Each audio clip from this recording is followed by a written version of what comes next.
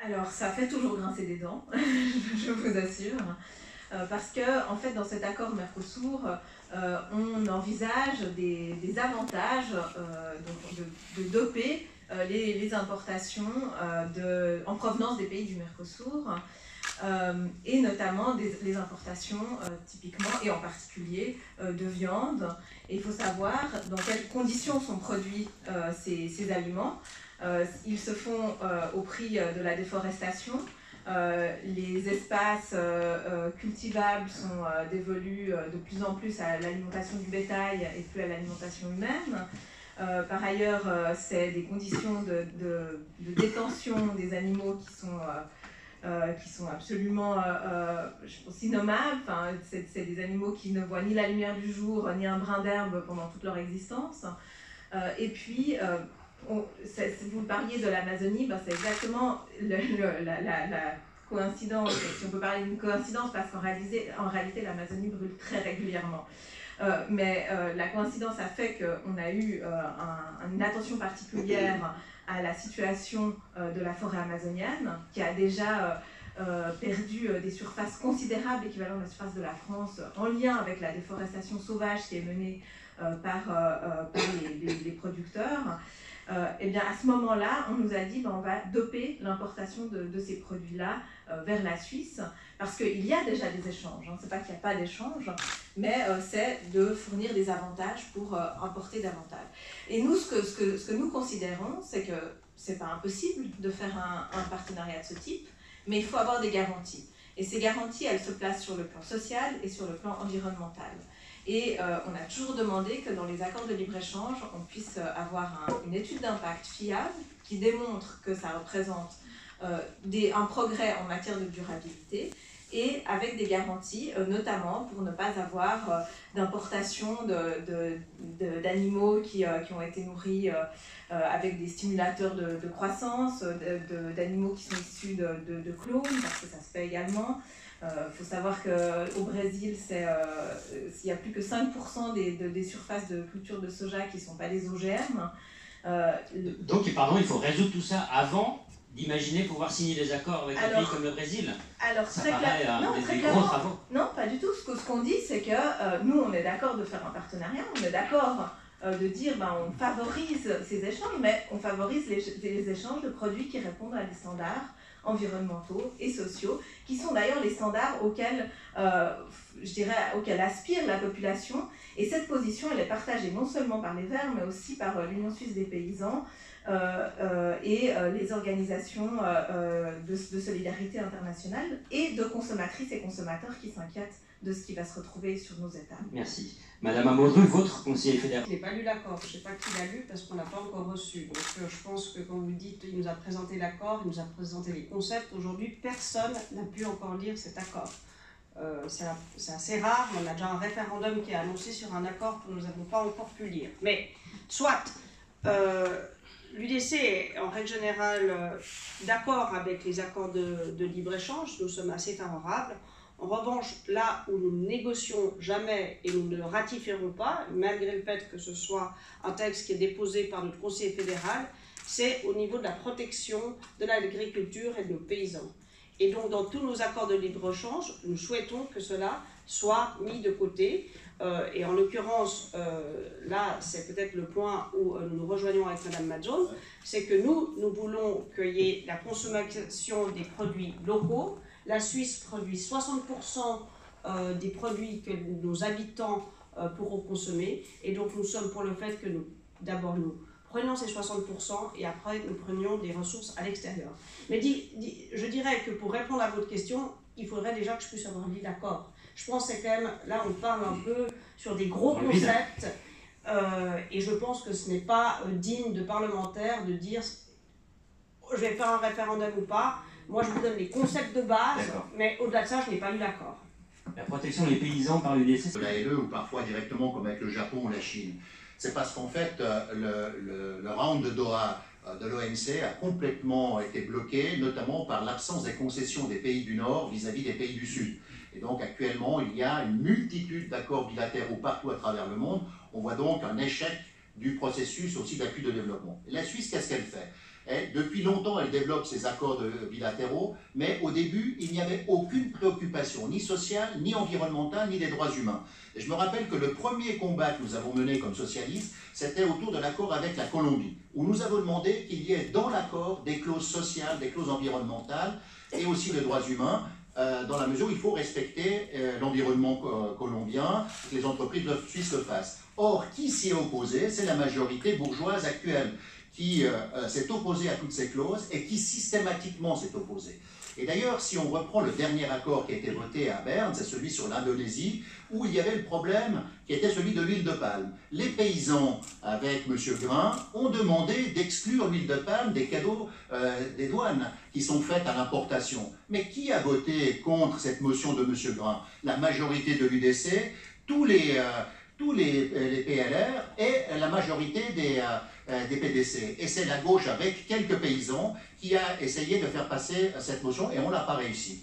Et ce qui est intéressant, c'est que dans le débat autour de l'accord de libre-échange avec l'Indonésie, il y a eu pour la première fois, à l'article 8 de cet accord, toute une panoplie de mesures pour essayer de garantir le respect de règles environnementales et des règles sociales, notamment pour qu'il y ait de l'huile de palme, on va dire labellisée, bio et fair trade, etc., avant d'être importée. On a demandé, nous, des systèmes de vérification de la mise en œuvre de cet accord, disons de cet article 8, refusés naturellement de nouveau par la majorité actuelle. Mais ce qu'on voit, c'est que la pression de la gauche, au sens général, des Verts et des socialistes, fait que c'est même le SECO et le Conseil fédéral qui progressent dans la négociation avec les États. Et aujourd'hui, notre grande crainte avec le Mercosur, c'est qu'on se retrouve dans cette situation où les mécanismes d'interdiction, d'importation de produits qui sont faits sur la déforestation illégale de l'Amazonie ou simplement avec des OGM au Brésil ne soient pas respectés. Petite anecdote, c'est une motion que j'avais déposée en 2009, qui fait qu'aujourd'hui... Vous en déposez beaucoup des motions. Oui, j'en dépose beaucoup parce que je considère que c'est le rôle d'un parlementaire qui est déposé et accepté par les deux conseils, qui interdit aujourd'hui l'importation de la pêche illégale et tout doit être labellisé MSC. Et donc on voit qu'on peut aussi faire en sorte que la législation suisse soit modifiée, mais encore faut-il aller chercher les majorités. Merci M. Hippel, on voit que... C'est important, c'est effectivement de fixer un certain nombre de règles de commerce avec les pays qui signent les accords de libre-échange avec la Suisse. Et je reconnais très humblement que c'est nécessaire d'intégrer des éléments environnementaux, d'intégrer des éléments sociaux. Et c'est précisément là où l'intérêt est grand, c'est qu'on arrive par le biais de ces accords de libre-échange à faire passer un certain nombre de messages, à fixer un certain nombre de conditions. C'est important, je crois que ces pays sont importants, parce que la Suisse doit entretenir des relations avec un plus grand nombre de pays possible, dans des bonnes conditions. Et ça, je crois que c'est important de le rappeler ici. Rappelez aussi que la question de la viande est un élément qui est très sensible. L'alimentation en général, mais de la viande en particulier, est quelque chose de très sensible. Et cette préoccupation-là, on doit l'intégrer dans ces accords de libre-échange. Je relève aussi que la question de l'accord avec l'Indonésie a été un succès et c'est quelque chose qui doit être établi pour la suite, parce que si on n'a pas ce genre d'accord, ce genre de conditions-là, il y a fort à parier qu'à l'avenir, les autres accords de libre-échange risquent de QPC. Donc ça, c'est quelque chose qui est important à faire. Et puis peut-être, dernier élément, peut-être rappeler des volumes financiers, c'est quand même pas négligeable. On parle de 3,6 milliards par année, c'est pas rien, et donc on doit en tenir compte, c'est notre responsabilité politique. Puis dernier élément, peut-être... Pardon, ça correspond à quoi ce chiffre? Ça correspond aux transactions qu'entretient la Suisse avec les différents pays du Mercosur. Donc c'est quand même un volume qui n'est pas négligeable. Et puis dernier élément, se rappeler aussi que dans le fond, on a aussi intérêt, nous, la Suisse, à signer des accords avec ces pays, parce que sinon ils risquent de signer d'autres accords avec d'autres pays qui sont peut-être moins regardants. C'est peut-être une possibilité aussi de faire valoir notre sensibilité avec ces pays-là. Mais précisément, Mme Hirsch, évolué sur le plan, par exemple, des droits de l'homme depuis qu'elle a signé un accord avec la Suisse. Comment on fait? Est-ce que l'attrait économique est si grand qu'il faut signer absolument avec tous les pays, quelle que soit la condition? Alors, je pense, d'abord, on a beaucoup parlé importation. C'est vrai que M. Hippel vient de le mentionner. Il ne faut pas oublier de parler de, quand même, notre intérêt est de l'exportation. Parce que l'accord de libre-échange, ce n'est pas juste pour pouvoir importer tout ce dont on a besoin sans regarder ce que c'est, mais c'est aussi pouvoir exporter dans ces pays-là ce qui est intéressant, plus qu'intéressant pour notre économie. Des montres, des carendages. Oui, mais pas seulement.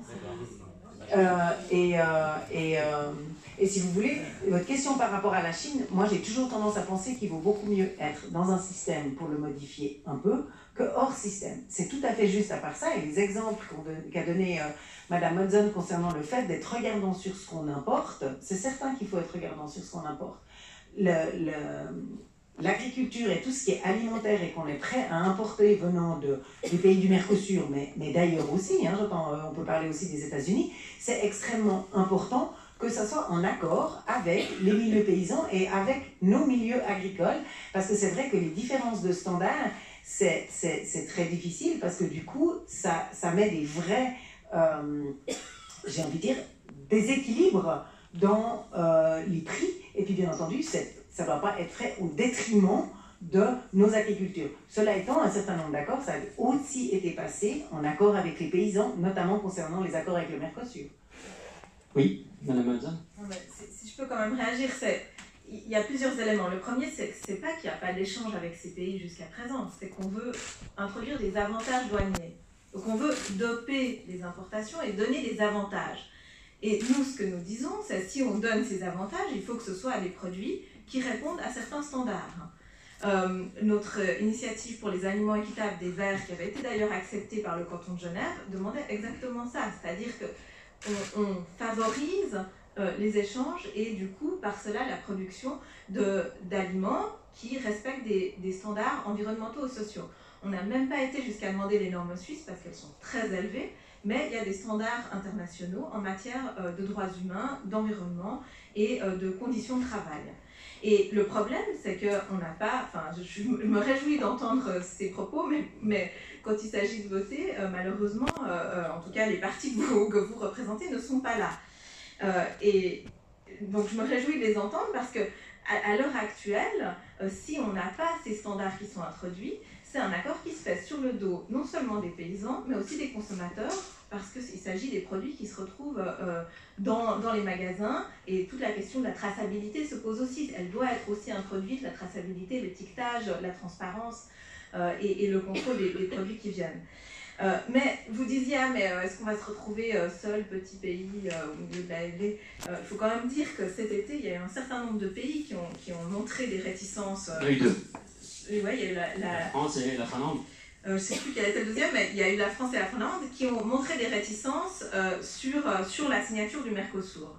Et ce n'est pas un hasard, c'est-à-dire qu'à un moment, on a aussi une responsabilité internationale dans la manière dont on fait du commerce et dans la manière dont on échange. Et ça ne doit pas se faire sur le dos, non seulement ici par la sous-enchère qui est réalisée par des aliments qui viennent casser les prix, sous-enchère du coup sur le dos des paysans, mais là-bas, sur le dos des conditions de travail, des populations autochtones. Et cette réalité, pardon, le prochain pays avec lequel on va parler, c'est les États-Unis. Apparemment, les États-Unis disent venez, faites-nous des propositions, on est prêt à faire un.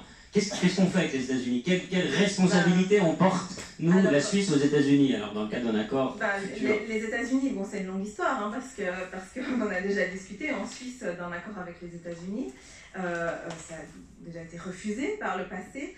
C'est toute la question, et de nouveau, on retombe sur dans quel cadre on veut donner ces avantages. Je rappelle, hein, c'est pas qu'il n'y a pas d'échange aujourd'hui, mais on veut donner ces avantages, et dans quel cadre on le fait. Les États-Unis, c'est la question des poulets qui sont lavés au chlore, c'est la question du bœuf aux hormones, c'est la question des OGM, et tant que ces éléments ne sont pas clarifiés, d'ailleurs l'Europe a les mêmes réticences vis-à-vis des États-Unis sur ces produits-là.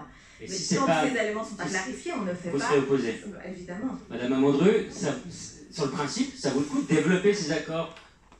On développe des accords bilatéraux avec les pays. Comme je vous l'ai dit, que ce soit le Mercosur, les États-Unis, nous, ce que nous voulons, c'est la protection au niveau de l'agriculture. Ça, c'est un élément sur lequel on ne transigera pas.